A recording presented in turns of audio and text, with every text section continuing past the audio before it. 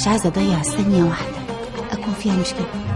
بحبك يا ندى، والله العظيم بحبك وبموت فيكي كمان. حاسك متغير، يا ترى في شريف أنا عايزاك تعرف إن أنا عمري ما حبيت ولا أحب حد غيرك. أقول لك على الأسر، أنا اتجوزتك وخلاص، عريس ومعاه فلوس. وحشتني يوم في حضنك قوي يا حبيبي. الصدمات اللي ما بتقتلناش بتخلينا أقوى. أنا ليه ما قابلتكش من 20 سنة؟ عشان نقضي بقية عمرنا. أنا ساعات بخاف منك قوي. قتلت جوزها وابنها هي وعشيقها ودفنوهم تحت اوضه النوم وقضوا سهره حمراء. صراحة أنا بجد عايز أسافر معاك. وانا كمان عاوز اسافر معاكي. مليون حجة كل يوم عشان أشوفك، أنا ما أعرفش أعيش وأنا خايف.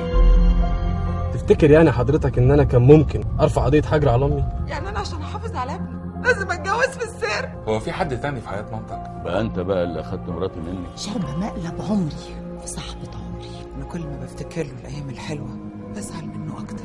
أي راجل بيعرف واحدة على مراته ما بتبقاش غلطته لوحده. اللعبة اللي أنت كنت فاكرها بتاعتك هربت منك.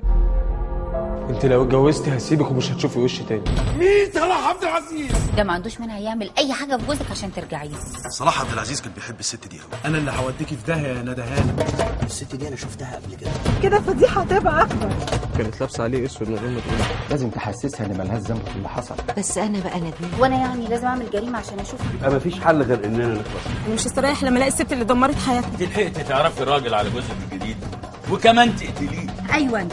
يا ماما فين؟ شكلي داخلة على معركة. تبقي مش عارفة مصلحتك ومصلحة ابنك يا ندى. انت لازم تعرفي مين اللي قتل ابويا. إيه بقى الحكاية بالظبط؟ في إيه؟ أنا مش هعمل أي حاجة من اللي بتتكلمي فيها دي إلا ما يحصل اللي في دماغي. يا حيوان.